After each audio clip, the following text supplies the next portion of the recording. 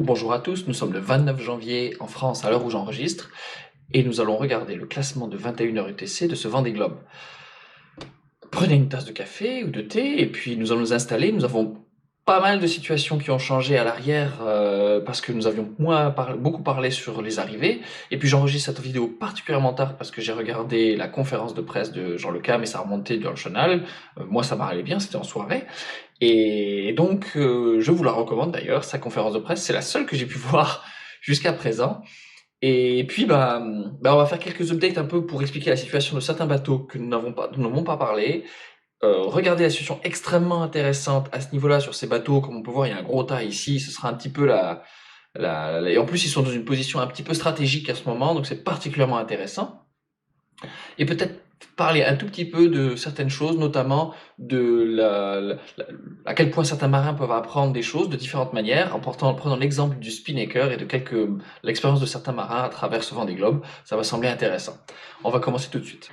Ça fait un bout qu'on n'avait pas parlé de la place numéro 10, dans laquelle, en sortant, enfin, dans la remontée de l'Atlantique Sud, on s'était dit qu'il y avait de très grandes chances pour que Armel Tripon passe devant Maxime Sorel. Maxime Sorel a extrêmement bien défendu sa position. Il a cravaché très fort, notamment avec son spi, on va y revenir un peu plus tard.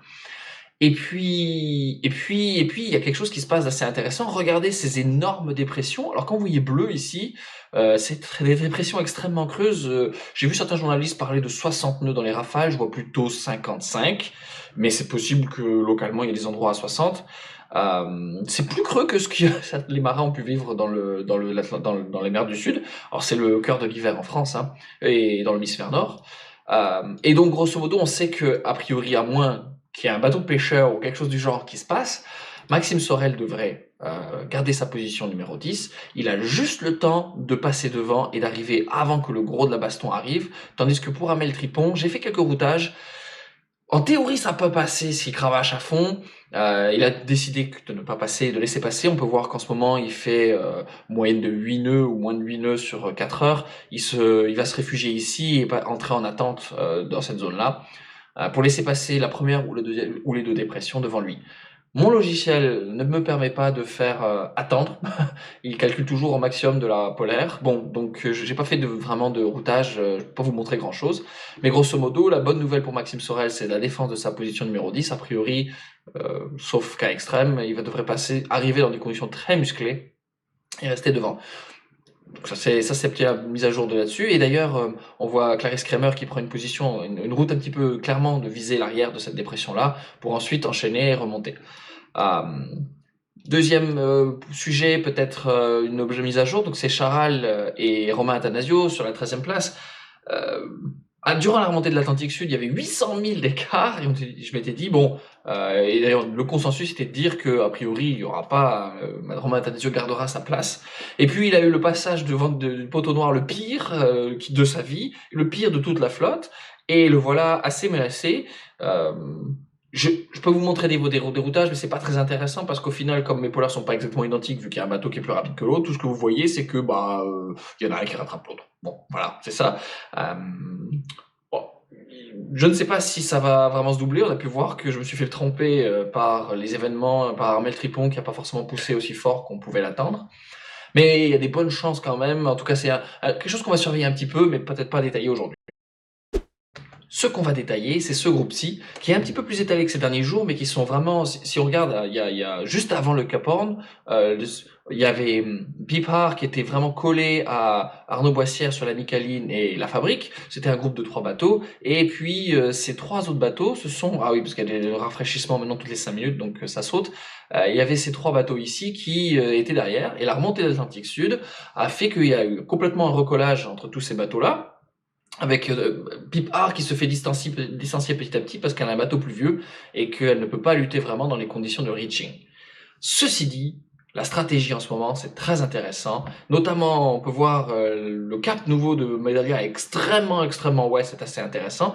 On va voir qu'en fait, il y a des options intéressantes. Donc voici le routage du gros de ce groupe-ci. J'ai pas routé Didac, je crois, mais il est un peu à l'arrière. Puis bon, ça suffit pour présenter les différentes options. Grosso modo, la situation est assez compliquée parce que on se souvient que les leaders étaient passés pas mal au milieu de l'Atlantique Nord, pardon, par ici pour aller prendre le train de dépression qui se situe ici. Et puis, pour le moment, donc mon routeur ne peut pas router sur 15 jours, donc il ne le voit pas très très loin.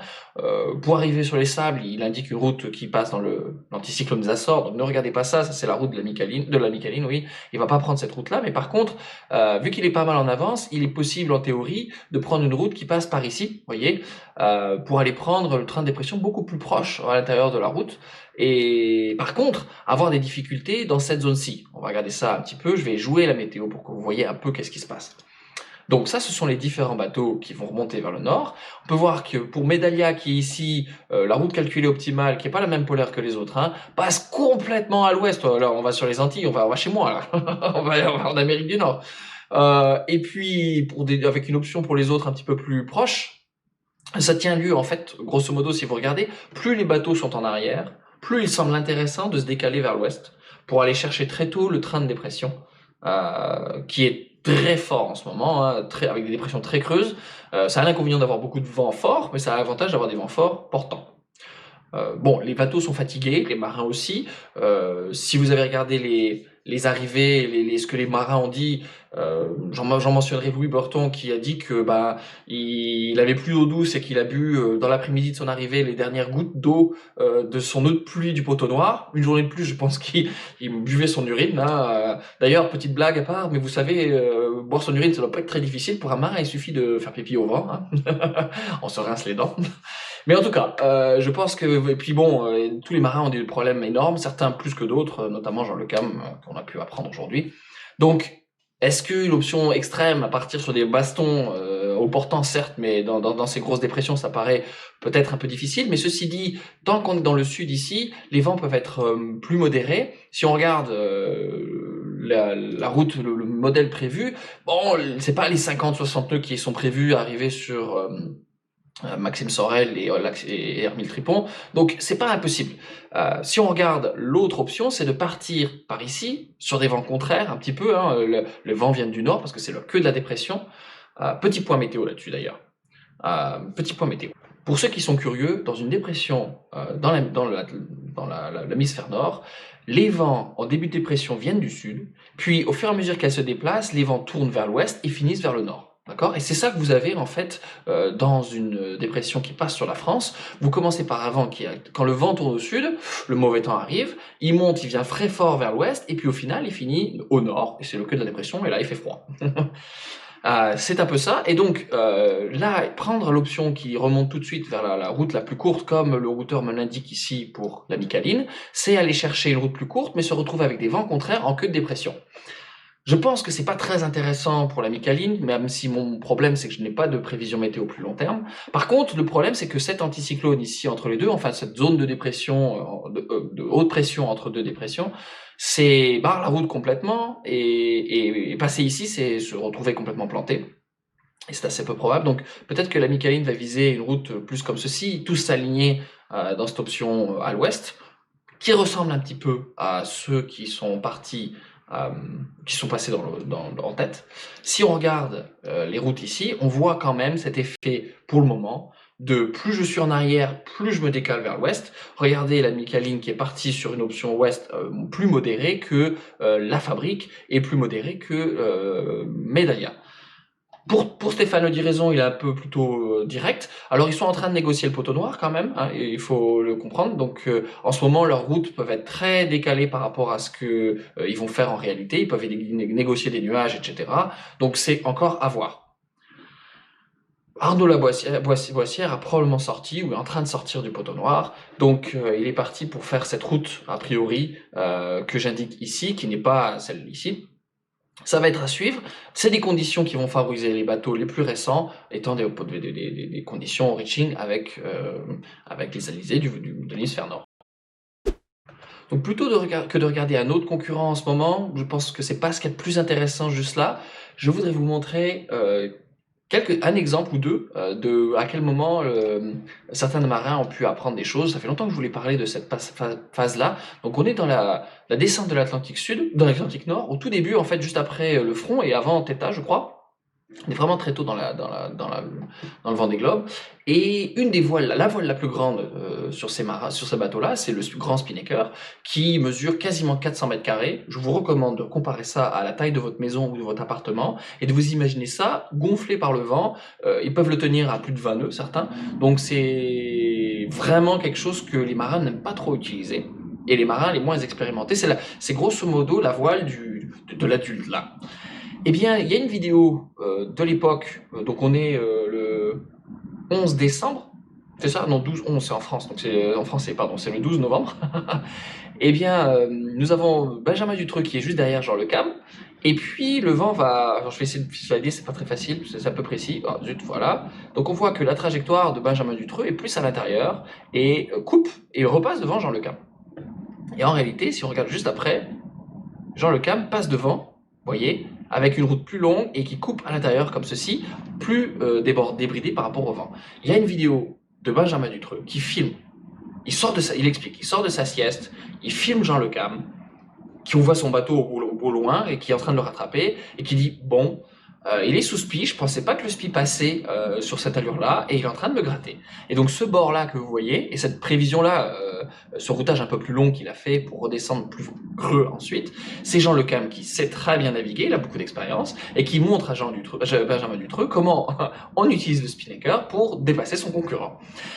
Et j'en viens à ça parce que la trajectoire et la défense de la 10e place pour... Pardon, il faut que j'appuie sur le bateau qui va bien. Petite pause. Regardez ici, c'est la remontée de l'Atlantique Nord. Hein. On est proche de l'arrivée déjà, hein, quelques jours. Donc c'était il y a quelques jours, le 26, voilà. Vous voyez ce décalage entre les deux bateaux, entre les deux différentes trajectoires, entre Armel Tripon et Maxime Sorel. Je crois que c'est à peu près à ce moment-là.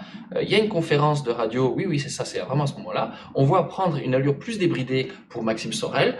Maxime Sorel a fait une conférence vacation radio. Il a expliqué qu'il a fait le plus long bord de spi qu'il a jamais fait de sa vie, 36 heures sur ces bateaux-là, et sur ce bord-là. Il s'est décalé plus portant. Il y avait beaucoup de vent, hein. Il y avait jusqu'à 25 nœuds, et il n'avait jamais fait de Spinnaker avec autant de vent, et il a expliqué que d'habitude, dans sa polaire, il n'avait pas connaissance de pouvoir naviguer dans ces conditions-là avec le spi, descendant très fort, très bas dans le vent. Il a dit avoir appris à utiliser le spi dans ce bord-là, et d'avoir été à mettre à jour sa polaire en disant, dans ces conditions de vent, il est possible de descendre très bas en angle, de descendre très fort au portant, et de tenir le spi. Donc les marins apprennent, et je voulais vous montrer deux manières pour les marins d'apprendre, hein, en tout cas c'est rigolo. D'un côté se faire gratter par quelqu'un de très expérimenté, et de l'autre d'essayer de se pousser dans une condition où on se dit je vais défendre ma 10e place, et d'oser, et de se dire que c'est possible de faire mieux que ce que je savais. Voilà, c'est une vidéo un peu de transition pour repartir vraiment sur ce qui va se passer dans le futur pour les concurrents qui ne sont pas arrivés, la baston pour ceux qui sont en 10e et 11e position, et puis l'excitation pour ceux qui sont en train de remonter dans l'hémisphère nord ici. On va étudier tout ça dans les jours futurs. Et puis là-dessus, je vous souhaite bon vent, bonne mer, et à demain.